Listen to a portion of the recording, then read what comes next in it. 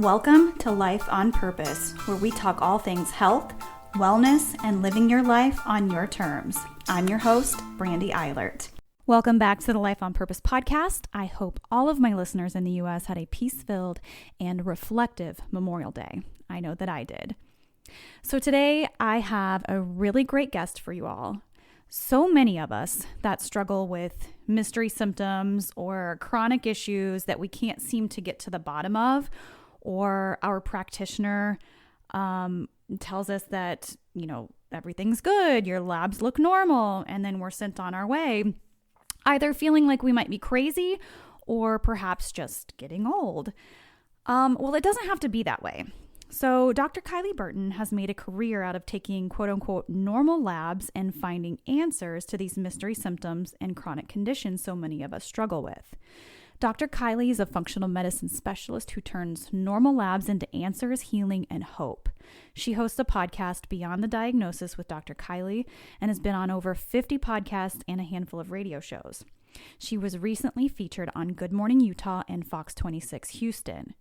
We had such a wonderful and in-depth conversation, and I hope you all get as much out of it as I did.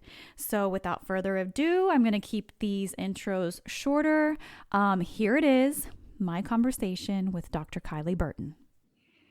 Dr. Kylie Burton, thank you so much for coming on the Life on Purpose podcast. We have been trying to connect for the last couple of months now, so I'm really excited that you're finally here and we can talk all things kind of functional medicine and women's health. So you have kind of this unique talent of getting to the bottom of quote unquote normal labs where people are feeling like complete crap still, right? Yeah. They've been told their labs are normal, yet they're like, why do I feel like this? Right. And they're just tossed from doctor to doctor. So it's a journey. Yeah. So I'm grateful you're here. So what I want you to do, I would love for you to just kind of tell us all a little bit about yourself, and what it is you do. So I'm Dr. Kylie Burton. I'm a functional medicine specialist, and I have a background in chiropractic, but I'm one of those crazy chiros who doesn't even own a chiropractic table. All of my love and my life and the reason why I did what I did is because of functional medicine.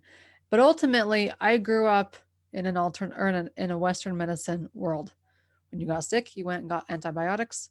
When, that was just how we lived. And that's fine and totally worked for us. But I got introduced to this world of functional medicine. And the funny thing was I got my bachelor's degree in nutrition. And, I'm thinking, I'm going to teach people how to read the food plate and the food pyramid and the RDA values, and they're going to get healthy based off of their food.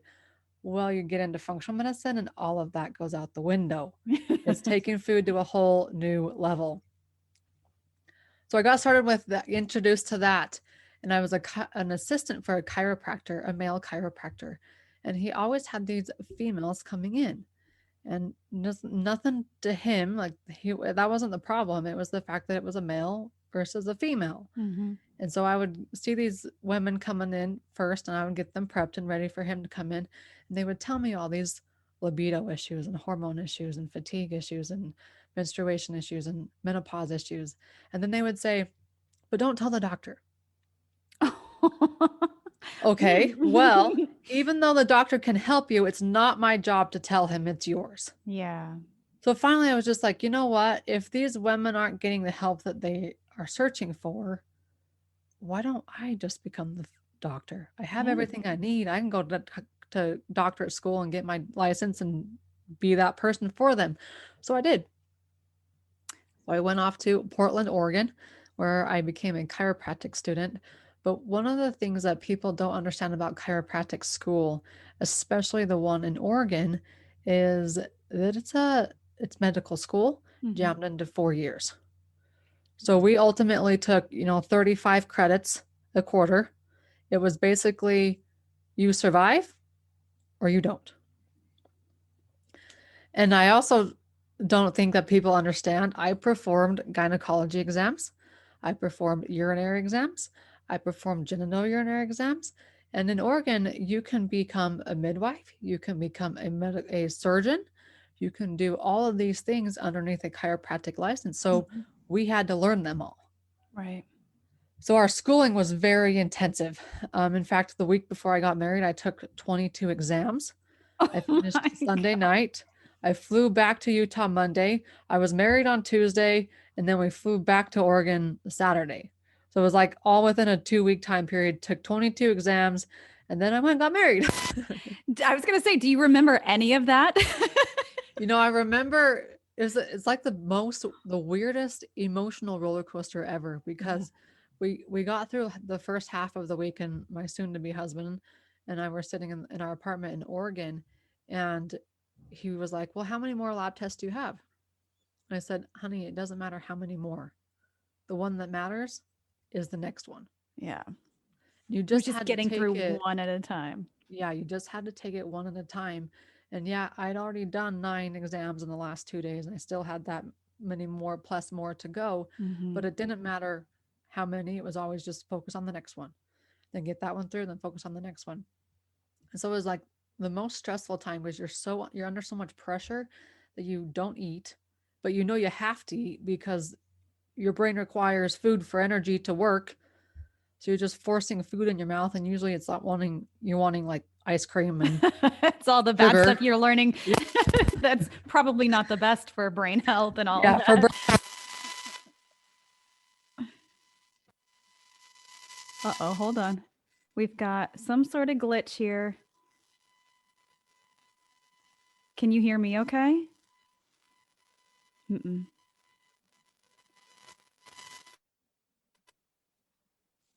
What about now? Oh, there we go.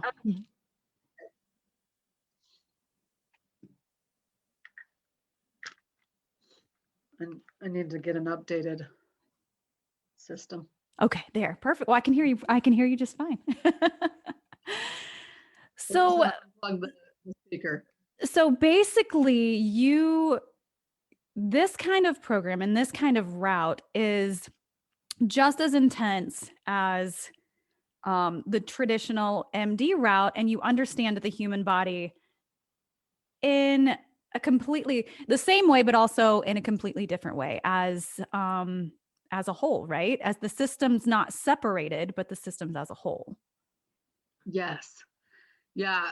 And one of the big things is we weren't taught, especially with my functional medicine background, was when you think about a diagnosis, think about it. A diagnosis is something where your symptoms fit underneath an umbrella. Mm-hmm. And if you don't have symptoms that fit underneath an umbrella, they don't know what to do with you. But as soon as they can give you a diagnosis, then there's a pill to manage your symptoms that go with it. Right. So sense? it's like matching your symptom to a pharmaceutical and then washing your hands of it. Yes. Yeah. Yeah, and saying, okay, you're going to take Humira for the rest of your life to manage your RA. Mm-hmm. You're going to take steroids for the rest of your life to manage your flares of autoimmune disease. Yeah. Lyrica for fibromyalgia. All of these things where my approach is, you might have RA. What caused it? Right. What triggered your body to start attacking your joints? And that's always been my biggest thing. We have some chronic disease issues in my family. I myself deal with autoimmune thyroid disease, both Graves' disease and Hashimoto's. My mom has lupus and Hashimoto's. There's this kind of chronic issue. And my biggest question has always been why? And nobody could ever tell me why. And it drove me crazy. And it didn't bother them at all. It didn't bother them at all. So that's how I ended up in functional medicine, because I was so intent on figuring out why. And I felt like nobody was asking that question. Well, the difficult problem is it's not the doctor's fault. Correct. I mean, it's the toolkit that they were given in medical school is very limited. Yeah. And if it doesn't fit underneath that umbrella, they really don't know what to do. So yeah, you can get Hashimoto's. It's the same thing as like Epstein-Barr virus. You get positive tests for Epstein-Barr virus. They tell you, well, go home and sleep for 3 months. Good luck. Yeah. Like their toolkit is just so limited. Whereas I'm saying you might have an Epstein-Barr virus test, but let's do an antiviral and support the immune system. Things like that. We can do things like that to eliminate that viral component. But yes, the big question to why is functional medicine when it's done right. Right. And a lot of times it's done wrong in the fact that a lot of people will just eliminate foods. Mm-hmm. And that's a great place to start, but I like food. Yeah. And I don't want to be gluten-free, dairy-free, soy-free, sugar-free, peanut butter-free, egg-free. I mean, you name all these quote inflammatory foods that people are getting rid of out of their diet. What are they eating? Like 5, 6, 7 items a day, every single day of the week, all day long, every day. And that's a problem too. So when you look at the why behind things, that's one of the reasons why I love the labs. And I first got into the lab component of it when I was at chiropractic school, and I was just finishing up. A lady from the community had come in, and I had this 25-page intake form. I wasn't supposed to be using it, apparently. You're only supposed to use their like little half-page little dinky thing that you're not going to get any information from, but Yeah. that's what we're supposed to. So I had this 25-page intake form, which I used to use in practice. I've never had anybody complain about it because it's like by the time they get to me, they're like, finally, somebody wants to know how I feel and put all my puzzle pieces together. So this lady had my intake form, and unfortunately, it got in the hands of the head clinical director, and I got suspended because of it. Oh no. So I literally got suspended in medical school for practicing functional medicine, trying to get to the bottom of the why behind symptoms. So That just seems so backwards. I just have to interject. That just seems insane to me because I think anybody's natural instinct, and maybe this is just me, who knows, is do what it takes. Like red tape be damned. Do what it takes to figure this out. yeah, the big issue was the other funny component is they had a functional medicine master's degree, but inside their master's program, I mean, it was so textbook work and it was good stuff. All my classmates were doing it, most of them anyways. But they didn't know how to transfer the book work into a clinical setting. Where the route I took was all about labs and clinical settings. So when I had these people coming in from the community, I could identify even during school what some of these why issues were going on. And for this particular woman, she had every MRI scan, CT scan, blood work. I mean, any type of lab you could possibly have, she had it. And it all come back normal, which is a good thing. We don't want it to come back positive, though we think that we do. We don't want to get diagnosed with MS. We don't want to get diagnosed with Parkinson's or chronic fatigue syndrome or fibromyalgia or rheumatoid arthritis or whatever the disease is, even though that's what we've been taught to look for. We've been taught to search for a diagnosis because now we have something to call it, and then hence a treatment plan, Right. a management plan from it. So she was in such a bad situation that we actually had to find a black blanket to cover the window because the window was just bringing in too much light for her migraines. And she'd been like this for months on end. Yeah. So it's not like she's creating this stuff in her head. It's real. Like her physical symptoms were right there. I had the 25-page intake form in my hand, and yet all of these lab tests were normal. So for me, it was a light bulb moment where I said, if I want to have different results, I cannot look at her and her labs the same way everybody else does. Right. Because that's obviously not working. She hasn't gotten the help that she needs. Yeah. No answers, no relief, just been told, go home and suck it up, I guess. Yeah. And so many women find themselves in these shoes. I mean, I don't know what your experience was like to even get a diagnosis of Hashimoto's, but it's pretty lengthy and extensive, and you have to fight tooth and nails. I was actually really lucky compared to many women. It was probably from the onset of symptoms, which was during a pregnancy, and then ultimately that I lost that pregnancy to accelerating symptoms, probably about 8 to 9 months.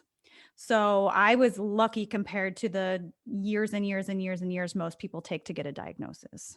Yeah. Yeah, and a lot of times people specifically with a thyroid panel, they only get the TSH done. And I've had so many people say, well, my doctor won't take anything else. Well, that's just like getting a puzzle piece with only a few of the pieces. You can't complete the puzzle when you're missing so many pieces. And that's what's happening in blood work and taking labs, particularly with the thyroid. Right. So the way, explain to me then what it is puzzle piece. Let's use thyroid as an example. So this is usually a diagnosis that takes years and years and years and years. My example, or me for an example, I had normal labs, except for I had antibodies. Mm-hmm.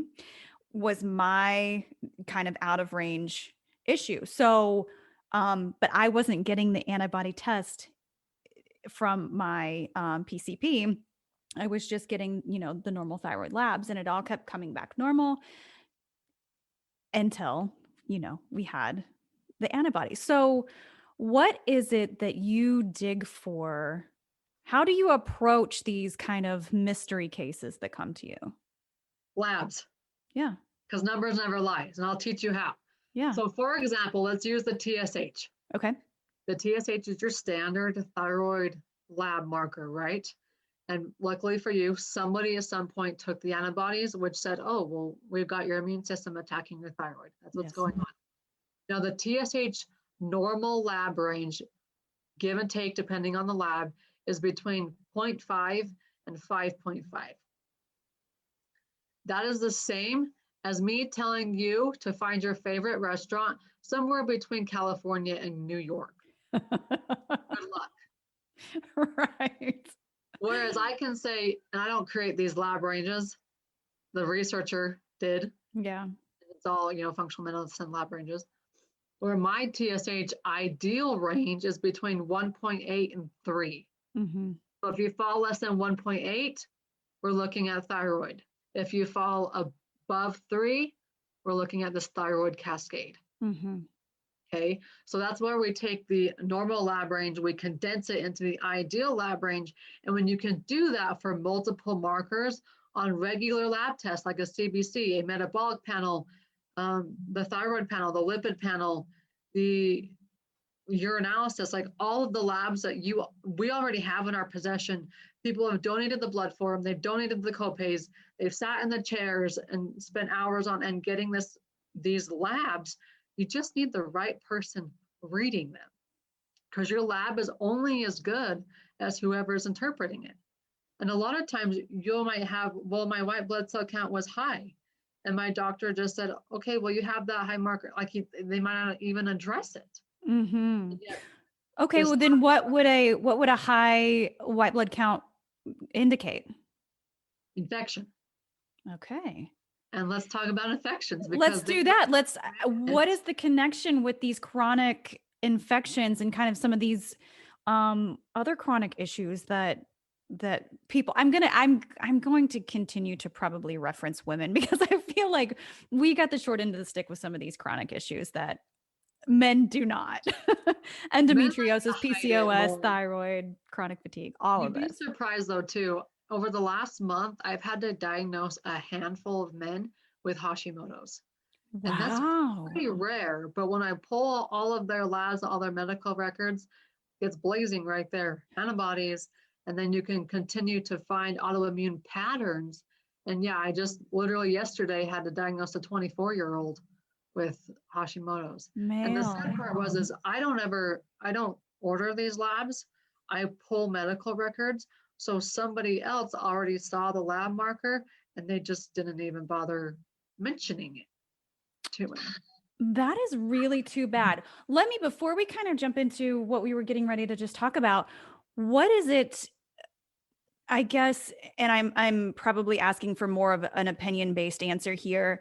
What is happening? What is happening with this explosion of chronic disease, chronic illness, chronic issues that probably when you and I were kids and when our parents were kids, we were not seeing in the population?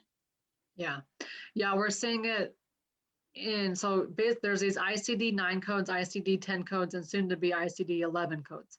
Those codes are for insurance reimbursement purposes. Mm-hmm. Those codes are diagnosis codes. And what we found is we were at ICD-9 for decades. Yeah. And that was sufficient. And then they created ICD-10. And the whole reason why behind that was there are more people with more compilations of symptoms that we have to create new names for because we don't have names before in the past. That is a problem. That is a problem. And I think that that's where my purpose behind doing this podcast and my purpose behind this whole thing is that to bring some sort of light to why is nobody asking why? Why is nobody getting to the bottom of this explosion of chronic disease in our population? That's not, the number's not going down. No, it's going up. The number is only accelerating. And what you just told me there with these insurance codes, it terrifies me. It terrifies me for my children. It terrifies me for my children's children. So again, is it environmental? Is it our food? Is it pharmaceuticals? Like what is your opinion here on this, or your thoughts? D, all of the above. Yeah. Yeah. Ultimately, I like to explain it like this. We all have cups, and our cup is going to get filled with water, and it's going to be different things that fill it. Yeah. Sometimes a baby is going to go through traumatic childbirth. That's going to fill up some of the cup.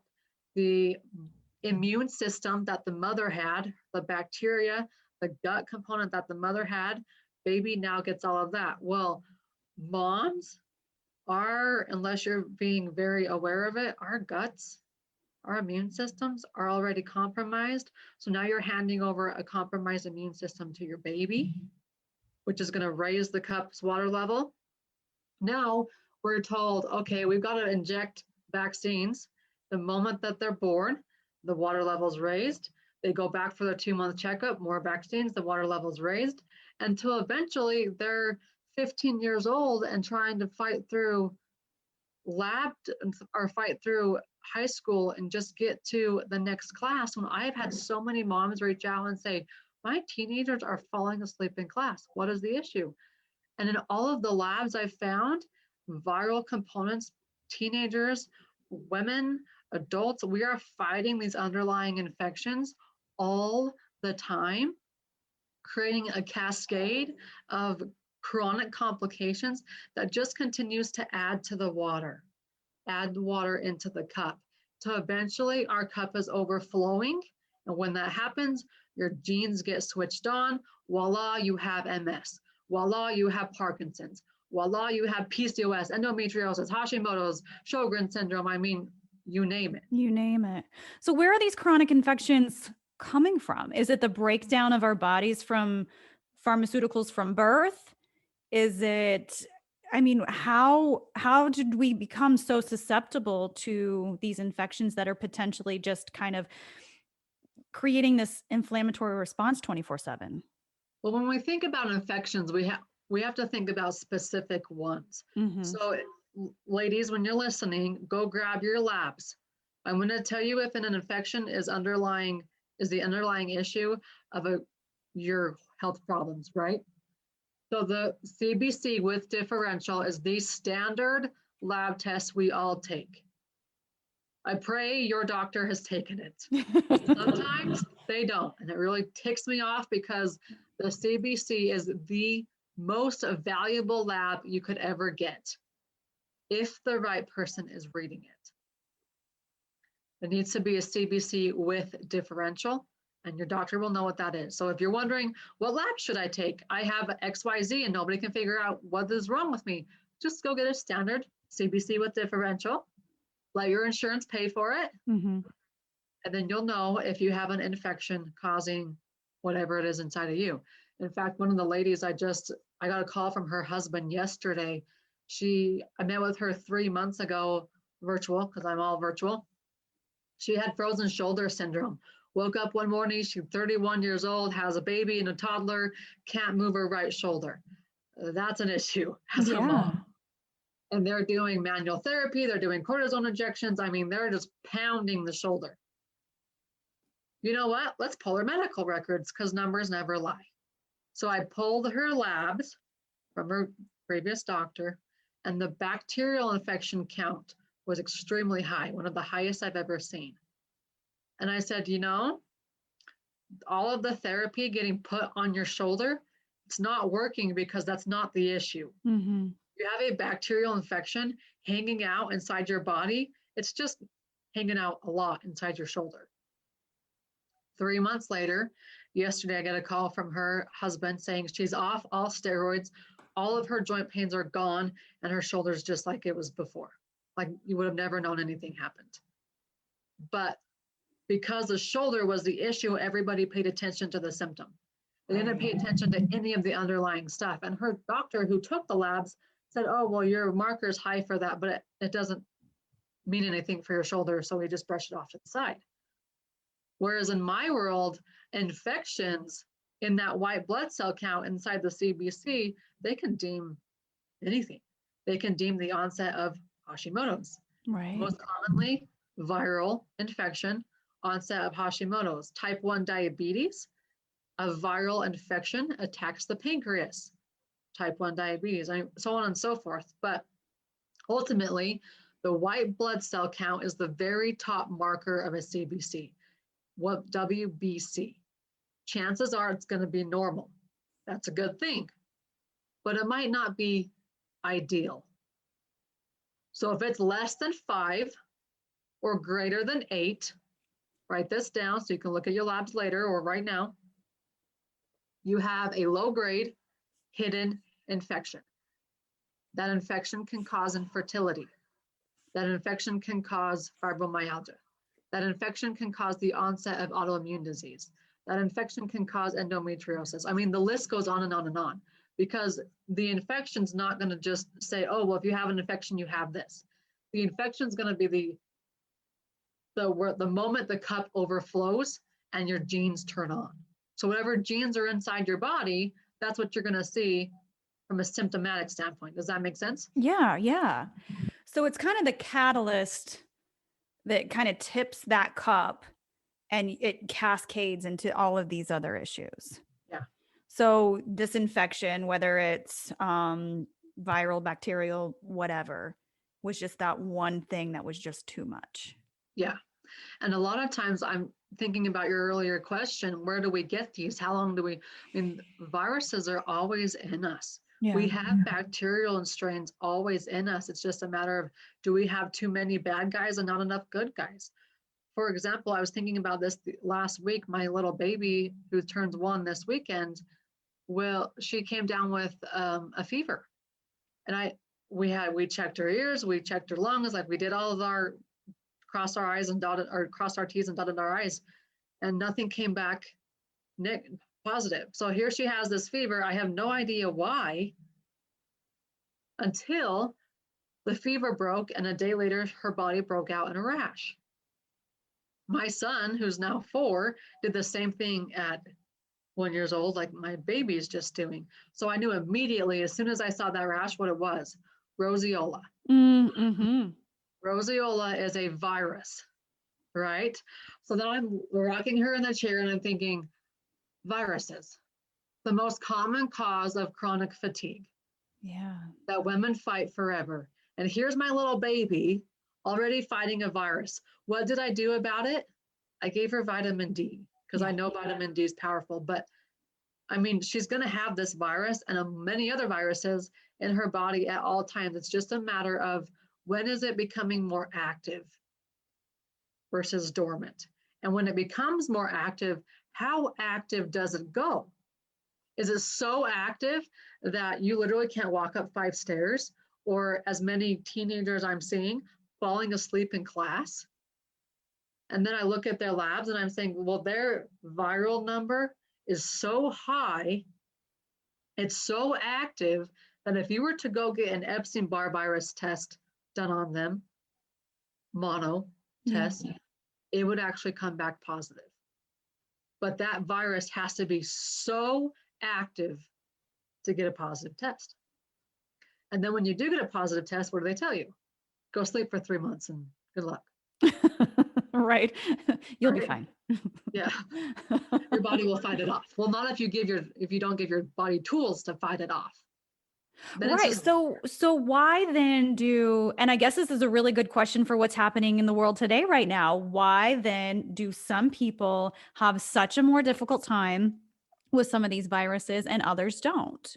What is it that we need? What tools do we need to be prepared to handle these viruses? Because like you said, we've lived with bacteria and viruses since the beginning of time. This is not new. What tools, and I think you mentioned one of them earlier, vitamin D.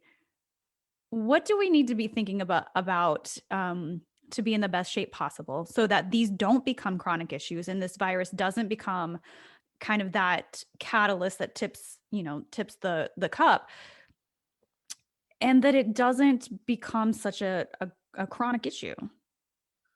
let's run away with vitamin D Okay. and the whole immune system, right? Mm-hmm. Our immune system is our gut. We trash our guts. Our immune systems are trashed. Yeah. I mean, we're taught, hey, let's go get a vaccine because that's going to prevent sickness. When in reality, it could, but I would prefer with my own body, I build up my natural defense systems. Right. So one of the ways to do that is vitamin D. And I just did a podcast episode on this, superpowers of vitamin D. So go check it out for all the details. But I want to share with you specifically, Brandy, you said you're in West Virginia, correct? Yes. Okay. So anybody who lives above the 35th parallel, which if you I were to do. look at a map, yes, you do. I do too. If you're looking at a map, it's going to draw a line straight through the middle half of California, underneath Nevada, underneath Utah, underneath Colorado, and just go all the way across until it's like right over Tennessee, over Georgia. Anybody in northern above that line does not, I repeat, does not make vitamin D at all for 4 or 5 months of the year. Wow. So that's November, December, January, February. So then when you get to March, which is what I've seen in the last month, these viruses are out of control. Mm-hmm. Epstein-Barr virus, like I said, I have seen it in so many teenagers that it's just become so active because the vitamin D hasn't been there. Yeah. And the vitamin D, it is the master key to your immune system. But here's a catch. A lot of people take vitamin D, but they don't take enough. Mm-hmm. 2,000, 5,000 IU's per day. It's better than taking nothing, but it's not going to get your anxiety calm. It's not going to help depression. It's not going to help your body fight off these infections and keep them dormant. It's just not. It's not enough. And the more research I've done on vitamin D, you have any type of autoimmune, vitamin D is the number one thing you should always be taking and never stop, because it's going to keep those flares down. The chronic fatigue commercials, we're told, hey, if you have chronic fatigue with your MS, you should go take this pill. I saw the commercial this past week. You don't need a pill. You just calm your immune system down. And you can do that with vitamin D. That's how powerful it is. Wow. But it's got to be the right dosage. So what I'm going to share with you and your listeners here is my vitamin D protocol. And I love this because it will basically take, I'm feeling like crap, nobody knows what's wrong with me, into, you know what, I'm starting to feel good. And it's just vitamin D. That's all I've been doing any different. That's how powerful it is, because it's such a key player in our immune system. And when we're right, because it functions in every cell, correct? Yeah. And we need it to function, like for our cells to function properly. Yeah, there's a vitamin D receptor in every single cell in the body. Mm-hmm. Yeah. So like I said, a lot of people will take 2,000 to 5,000 IU's per day. And I'm about to tell you something very different. And some of you might think, oh, well, that's fine. And some of you might think, you're crazy. You're going to get me toxic. And I've had people, complete strangers, email me over this and say, you know what, you sound like you're really smart, but your vitamin D protocol that you're sharing with everybody, it's going to make people toxic. You should quit sharing it with them. So what are you seeing then? I am seeing in the labs, vitamin D is depleted. It's gone, it's non-existent. So from a lab standpoint, I've seen thousands and thousands of labs. I've seen less than 5 with good vitamin D statuses. That's insane. That's a The reason problem. why I've seen the 5 vitamin D statuses like that is because they've been following my vitamin D protocol the last 3 months, and then they went and got tested. It's like, oh, well, your vitamin D is good now. Yeah. That's how. Okay, so let's hear it. Let's hear the protocol, and then any recommendations you have as far as like length of it, and then also monitoring, because like you said, people might be a little afraid of something so high. How well monitored do you have to be while you're on this protocol? So when it comes to the lab testing for vitamin D, the normal range is between 30 and 100. Again, Texas or New York to California. New York. Yeah. But this was more specific. Okay. So you're going to feel like crap if your vitamin D is in the 30s. Anxiety, depression, always getting sick, autoimmune flares. That's just going to be the story of your life. Yeah. But your vitamin D is still normal. You're going to feel a lot different if your vitamin D is around 80. So going from 30 to 80, that's when I get the email saying, hey, my anxiety is gone because I just followed your vitamin D. My MS, I'm out here in the sun in the summertime when it's heat, and usually heat is a problem. I don't feel it anymore. Wow. Vitamin D is that cool, that powerful. So the first month, this is a 3-month process. And if your vitamin D is in the 30s, 40s, or even 50s, it's completely fine to do this. And if you're dealing with any of the symptoms, just do this anyways, because it's such a short period. You're not going to worry about toxicity. And even then, I still don't buy vitamin D has a toxic standpoint. I just don't buy it. 25,000 IUs of vitamin D per day for 1 month. So you're taking a 5,000 dosage and you're multiplying it by 5. 25,000 IUs of vitamin D per day for the first month. Okay. Second month, back down to 20,000. Month 3, 15,000. Month 4 and beyond, maintain at 10,000. Especially if, like, even it's summertime, it's approaching summertime. If you work in an indoors, you need to take some vitamin D during the summer. Now, as far as kids and teenagers, that's the adult dosage. You'll want to manipulate that dosage. So say you got a child who's 8 years old and their body frame is a lot smaller. You may want to do 15, 10, and 5. And then with a teenager who's 15 years old and fighting anxiety and depression, do 20, 15, and 10. So manipulate that as needed, but as the standard adult dosage, 25,000, 20,000, 15,000, and then maintain at 10,000, you'll feel a difference, I promise. So that's kind of, like you said, people are seeing results in anxiety, depression, autoimmune flares, you name it. Fatigue. Chronic fatigue.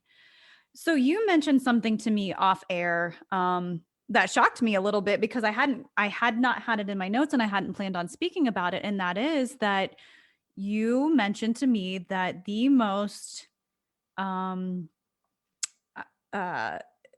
cause. The most common ailment that you see people for is chronic fatigue. Yes. That shocked me a little bit. Yeah. And it makes me a little sad too.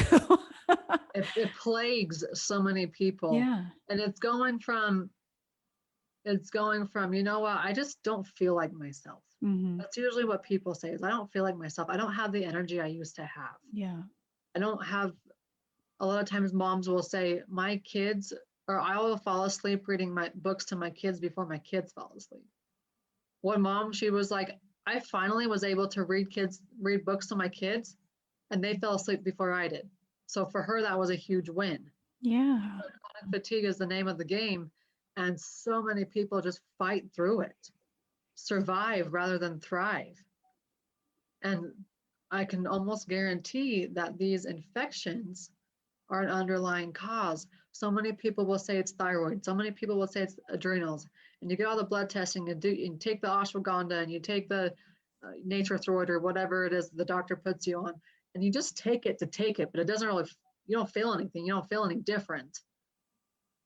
And the same thing is with hormones. A lot of people will blame their hormones and take progesterone to help them sleep at night, or they take metformin to help out with the PCOS.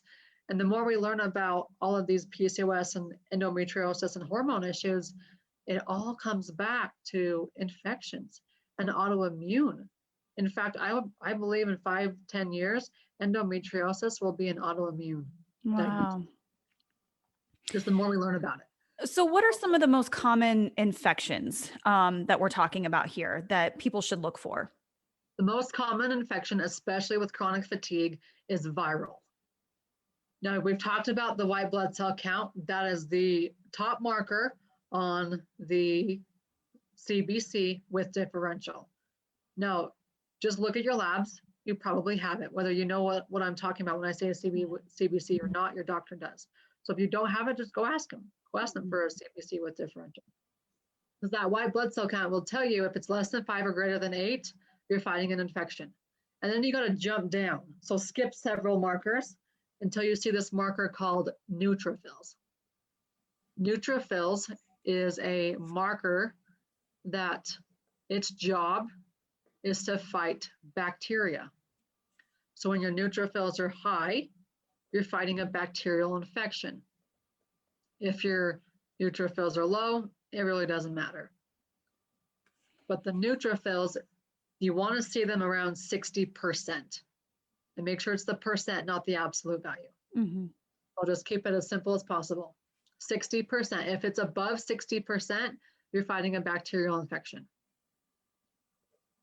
And that's typically something that we call like SIBO, small intestinal bacterial overgrowth, where you just have too many bad guys inside your gut and not enough good guys.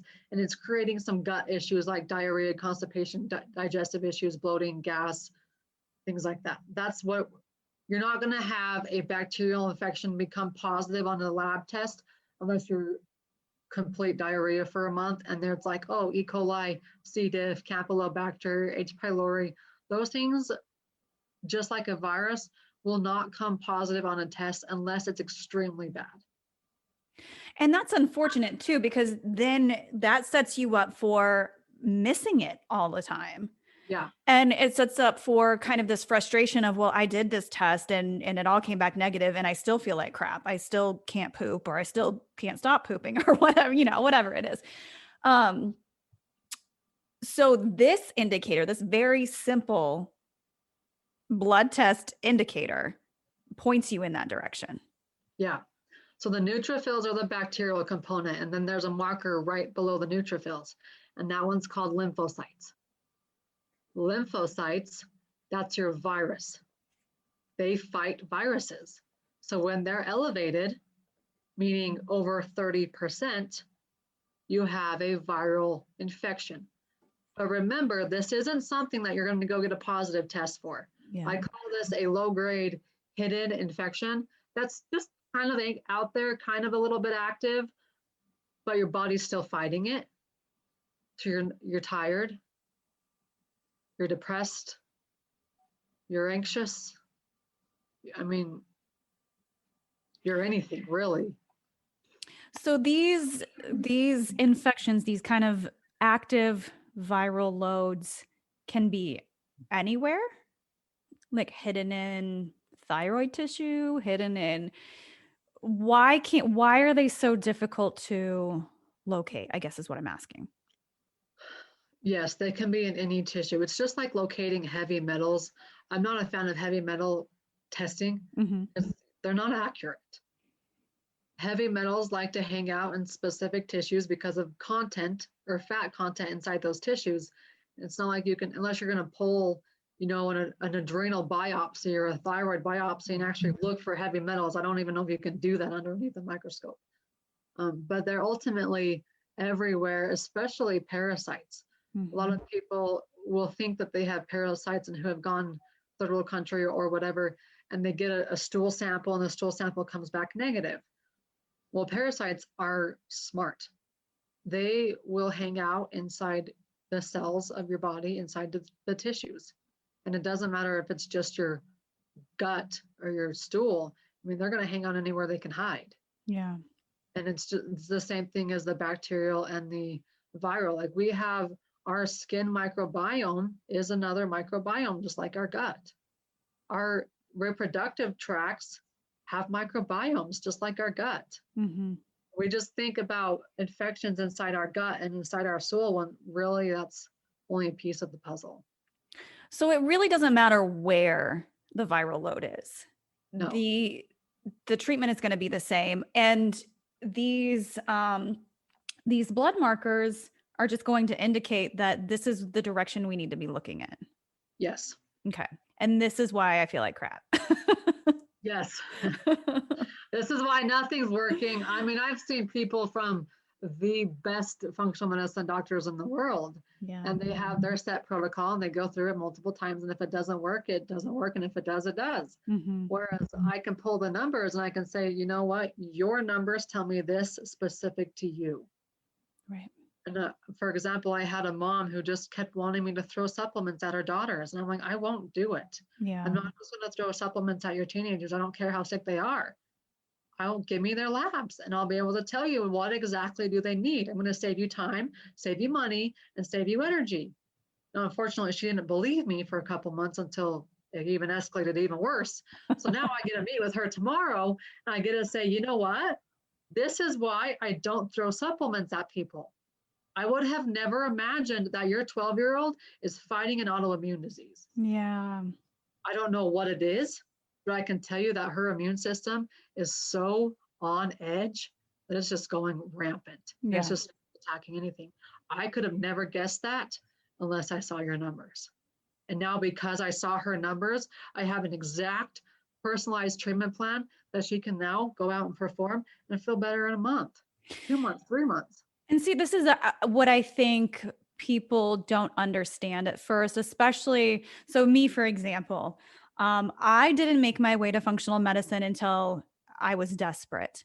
And many people, I think you can probably attest to this, many people probably do not make it to you until they're absolutely desperate because they haven't gotten answers anywhere else. Correct. So what we've been kind of conditioned to do in the Western medicine model, and again, I don't think Western medicine is, or functional medicine is anti-Western medicine. It's complementary. But what we've been kind of conditioned is, okay, give me a diagnosis and give me something I can take to fix it. Quick fixes. A very quick fix. But what we forget is that we are all very biologically different, and kind of these blanket treatments aren't really working for the conditions that most of us are dealing with that are chronic conditions. Because what got me to my state of autoimmunity is probably not what got my next door neighbor to autoimmunity. It's very different, right? So this individualized medicine is extremely important, but it's not mainstream enough for people to accept it right away. The problem is a lot of people will say finances. The number one question I get asked is, do you take insurance? Yeah. And I always reply, insurance doesn't take me because I get you out of the system. Yeah.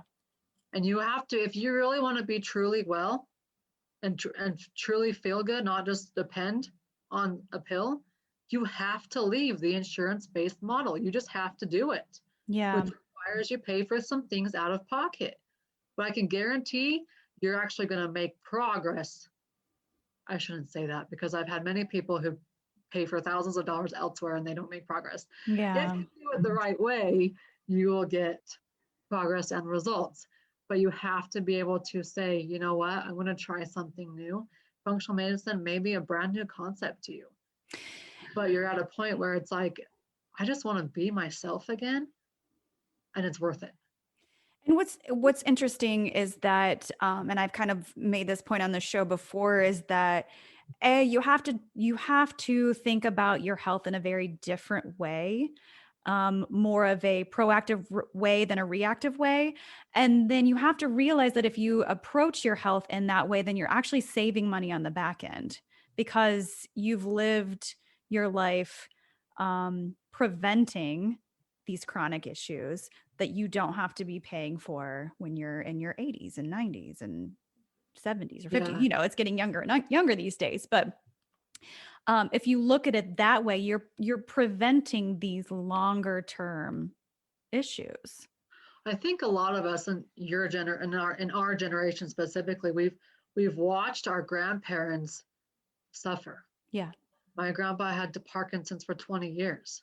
My grandma, who knew she had heart issues until they went in to perform heart surgery. Yeah. My other grandma, her bones were so brittle that every time she moved, her vertebrae would fracture. Mm.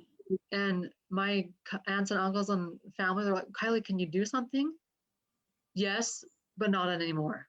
I could have done something 30 years ago, but at this point, I can't save her bones. 30 years ago, we could have done some preventative things to prevent this from even happening. Yeah. So we have to think about that way, but then we also have to think about, I don't care about a diagnosis.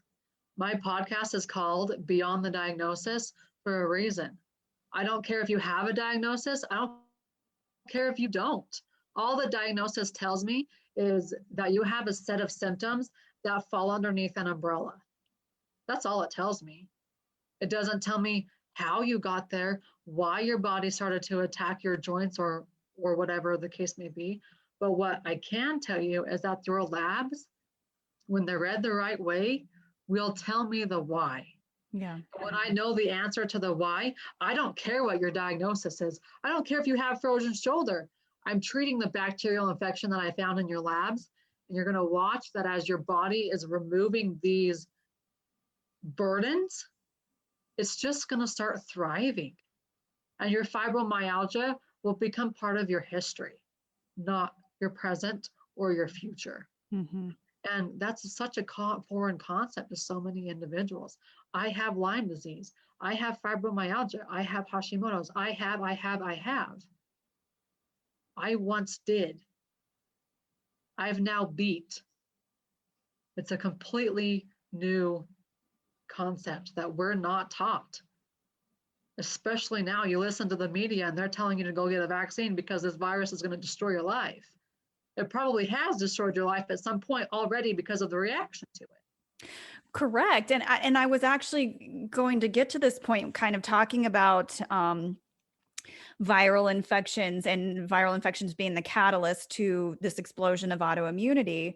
But if we know that viral infections can cascade you into immunity if your body is not in optimal shape, why then are we not talking about, hey, how can I get my body in optimal shape so that if I get a virus, it's not detrimental?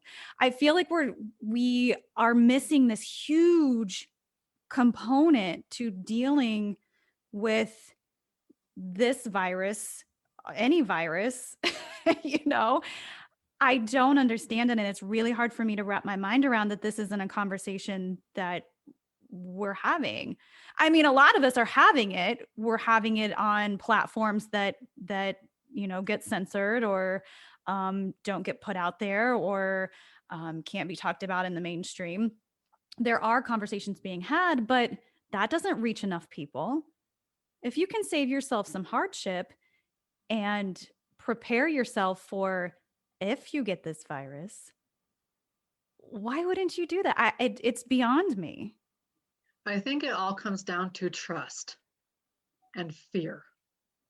Do you trust your body enough, or are you going to trust somebody else's wisdom?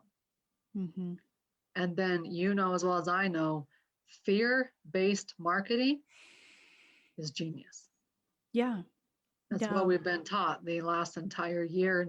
And I mean, if you pay attention to any of your vaccine marketing, it is fear-based marketing. That's what it is. And so it's those of us who have to educate ourselves. And I promise there are more people out there like you and I.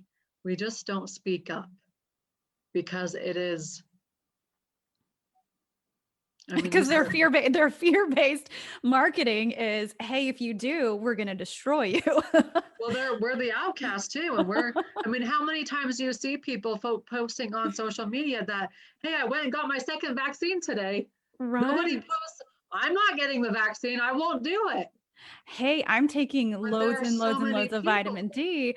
Well, and I think what's been really interesting for us and kind of how we've operated in our family this year, kind of on the, we operate on the more holistic functional side of things, is that gives you more empowerment over your health, therefore stamping out most fear when it comes to health related issues. And so this year has not been a fearful year for us. It's been a frustrating, as you know what, kind of year for us, because we're not operating at that frequency that most of the population around us is. My kids are going to a school environment that's completely backwards to how we operate, which again makes you feel like you're living in the upside down. But it's not a foreign concept. It's actually ancient wisdom, right? Like when did we get away from like the ancient wisdom, common sense? This is what you need to do to be prepared for bugs. Well, you're seeing a lot of, quote, the millennial generation, where somebody else thinks for people. Yeah. The media thinks for individuals. And we're stuck in the middle generation where we see our grandparents and then we see the millennials, and it's like, we don't want either one of them.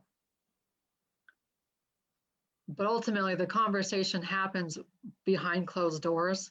Yeah. And more often than we think. We just don't go blasting on social media because it's not the popular thing to do. And we don't want to receive the backlash.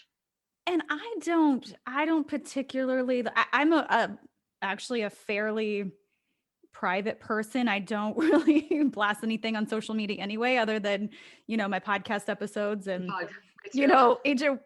some wisdom here and there. But I think, and I don't know about how you feel about our generation, but I grew up always questioning. We were taught to question everything. Don't take anything at face value. Question it. Does this make sense? And I felt like, for me, like I felt like this year, I felt like I was going crazy because I was questioning things like that were happening around us. I'm like, nothing makes sense. This doesn't make sense. So it made me feel a little nutty, because that's just how I grew up. We question and, how does this fit? And I, in particular, like I love information. I love to read. I love to put the pieces together. I love, I've read studies this year. I like to dive into all of that. And I'm not a scientist, nor am I a doctor, but I do like information, and I like to process information.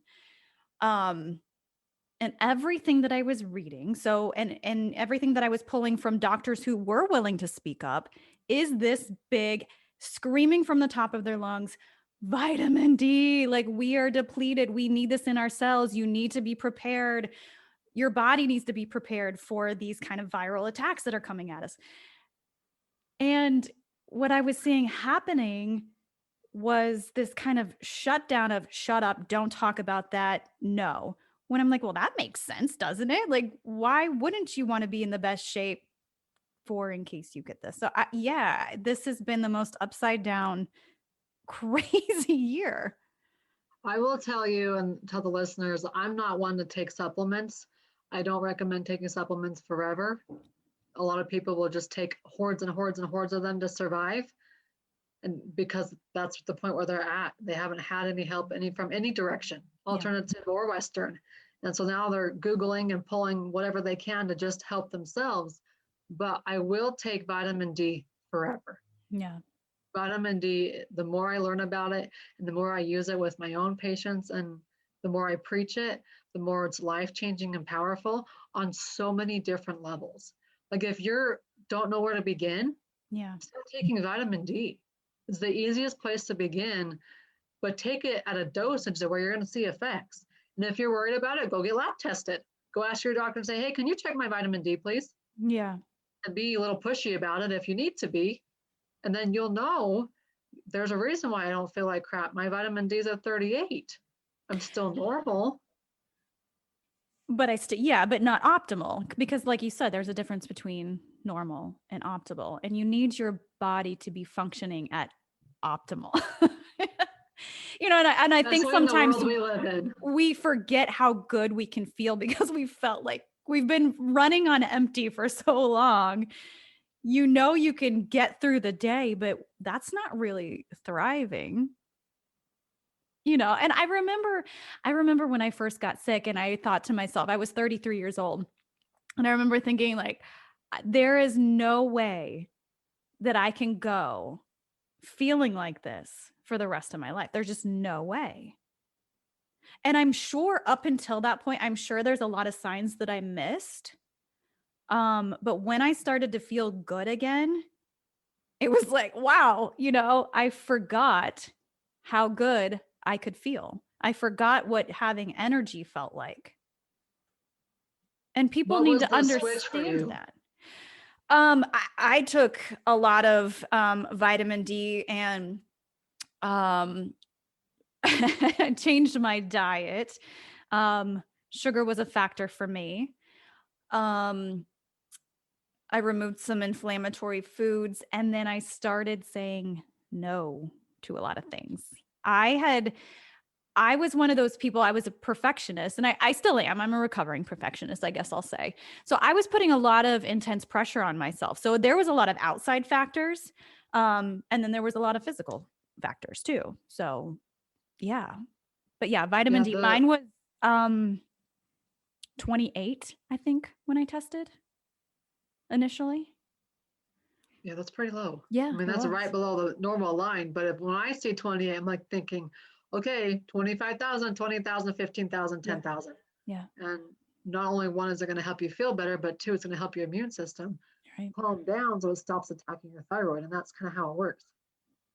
One of the men I had diagnosed with Hashimoto's the last few days is that he is an MIT grad. He's 24 years old and already into his PhD. So he's been under immense pressure for for a long time. For a long time. He's been living in a pressure cooker. Yeah. Yeah, he's just smart, and that's the way he took his life. And it's like, has anybody ever talked to you about this number? No. Well, this is what it means. Right. This is what we're going to do to stop it from progressing and becoming worse, so that you can not only have a functioning brain, but be able to stay awake while you're studying. Right. So we've touched on so much today. I love to always ask my guests to kind of share one of their most proud kind of moments in being able to help somebody and turn their lives around. Do you have one that really sticks out to you that you'd like to share? The best ones for me are usually the ones with infertility, because it's such, exactly when you were successful, you got a positive pregnancy test. But more importantly, when they actually get through the pregnancy, you and I have both lost one. We know that getting pregnant is only a piece of the puzzle. It's only the starting part. You got to get through the rest of the pregnancy and then have a healthy baby and healthy mommy. So those are always the best phone calls, though, when you get the call that they're pregnant, especially when they've been told, I've got PCOS, I have endometriosis, I'm never going to get pregnant unless I try $20,000 IVF fertility treatment. But then the other ones are just the simple wins people have. The phone call yesterday, hey, my wife is no longer in pain, thank you so much. The mom telling me that she gets to read books with her kids at night. Like, just those simple, small moments that people that do have their health take for granted. Exactly. And again, I think it just points to the fact that we forget just how important our health is, and that we're not starting with that foundation from day one. It's not something that I think we get a whole lot of education on. And I also think that we've reached a point where we're not giving people options on how to manage their health. It's kind of like, this is the way, this is the standard model, this is what you go through. We take your symptom, match it with the pharmaceutical, and off you go. And I think that it's extremely important that people understand that they have complementary medicine and they have other options, and it's empowering. It's empowering that way. So I appreciate what you do very much. Yeah, there's people like you and I who have podcasts who try to teach people, hey, this for me, this is what your labs say. Now you know. Now you can, the power is back in your hands. Right. You're not being dependent upon the copays and the doctor's visits and even the functional medicine practitioner. Correct. I had one of the best practitioners I ever saw told me, I don't really want to see you back in here. I want to get you to a point where you have your health in your own hands. You know your body well enough to know what you need to do, that you only call me in case you can't get it under control. And that's it. And that was like, whoa, that is awesome. That is the model I can get behind. Yes. So Dr. Kylie Burton, this has been an awesome conversation, and I'm so grateful for your time. So thank you so much for coming on. Thanks for having me, Brandy.